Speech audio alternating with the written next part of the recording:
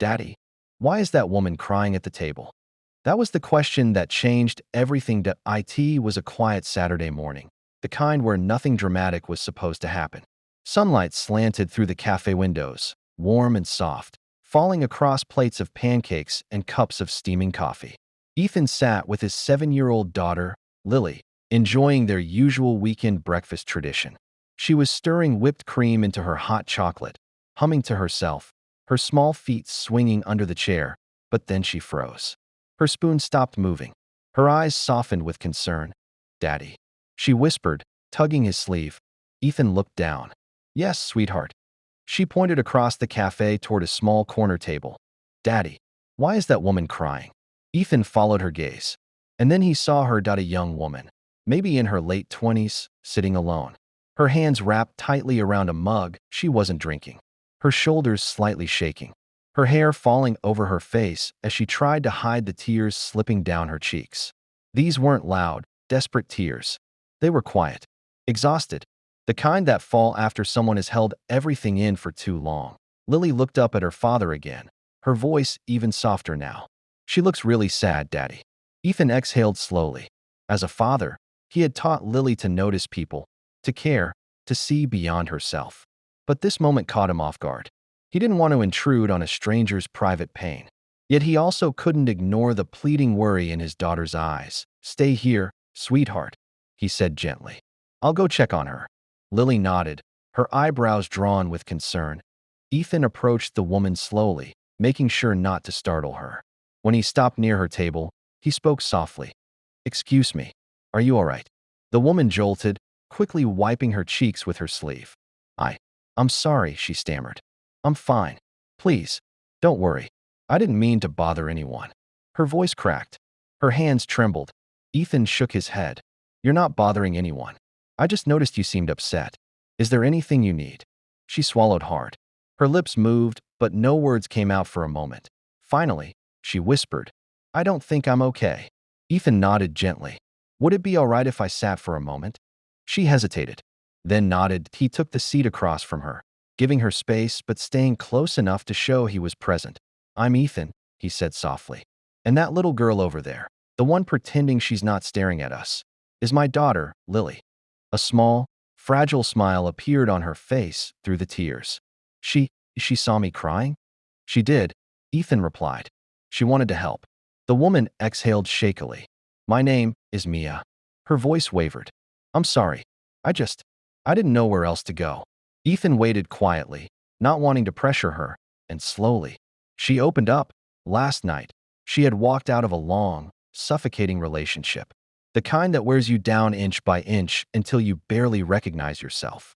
Emotional wounds, isolation, loneliness. She left with nothing but her purse and the clothes she was wearing. "I thought I was strong," she whispered, wiping more tears. "But I woke up this morning and realized I have nowhere to go, no one to call. And suddenly, everything just collapsed." Her voice broke again. "And now I'm here, crying in front of strangers like a fool." "You're not a fool," Ethan said firmly. "You're human, and you've been carrying way too much alone." Mia covered her eyes, shoulders shaking with quiet sobs. Ethan didn't say anything else. He didn't offer cliches. He simply stayed, present, calm, a steady anchor for someone drifting in deep waters. That a minute later, tiny footsteps approached. Lily. She hesitated at the table, looking up at Mia with tender eyes. "Hi," she whispered. Mia blinked, surprised. Hi, you're crying," Lily said matter-of-factly. Mia tried to smile. Yes. I'm sorry. I didn't mean to." "You don't have to say sorry," Lily replied softly. "My mommy used to cry sometimes too." Ethan's heart tightened, remembering the woman he once loved, the mother Lily barely remembered. Lily gently placed something on the table, her small stuffed bunny, the one she never went anywhere without. "This helps me when I'm sad," she said. "You can hold him if you want." Mia stared at the bunny, her lip trembling. Slowly, she picked it up, holding it as if it were the most fragile thing in the world. Tears fell again, different this time. Softer. Relieved. "Thank you," she whispered to Lily, voice shaking. "You're very kind." Lily climbed onto the seat beside her.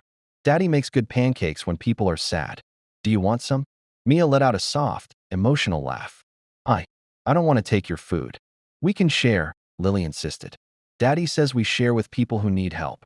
Ethan smiled at his daughter, her innocence, her kindness. Can I get you something warm? He asked Mia. No pressure, just something to help steady you. Mia hesitated, then nodded. That, that would be nice. Ethan ordered another plate of pancakes and a warm tea for her. When the food arrived, the three of them sat together. Mia talked in pieces, haltingly, like someone learning how to breathe again. Ethan listened without interrupting. Lily offered small comments and gentle smiles. Slowly, the trembling in Mia's hands eased. Her breathing slowed. Her posture relaxed. After an hour, she looked like someone who had finally taken her first real breath in months. You didn't have to do any of this, she said quietly. But, thank you. I don't even know how to express what this means. You don't have to express it, Ethan said gently. We're just glad you're not alone right now. Mia's eyes softened. I'm not okay yet, but for the first time in a long time, I don't feel completely lost. Lily reached over and held her hand. You can sit with us every Saturday if you want. Mia's breath caught. I, I'd like that.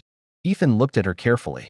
Listen, if you need help figuring out your next steps, somewhere to stay, someone to call, you don't have to do it alone. We can help you if you want. Mia blinked back tears again. Why are you both being so kind to me? Ethan glanced at his daughter, then back at her. Because kindness is free, and nobody should cry alone at a table.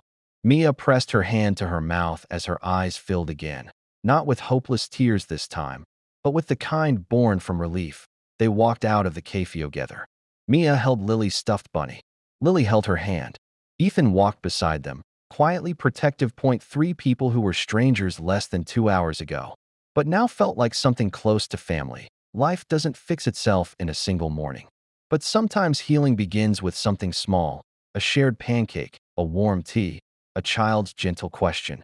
And for Mia, it all began the moment a little girl whispered, Daddy, why is that woman crying at the table?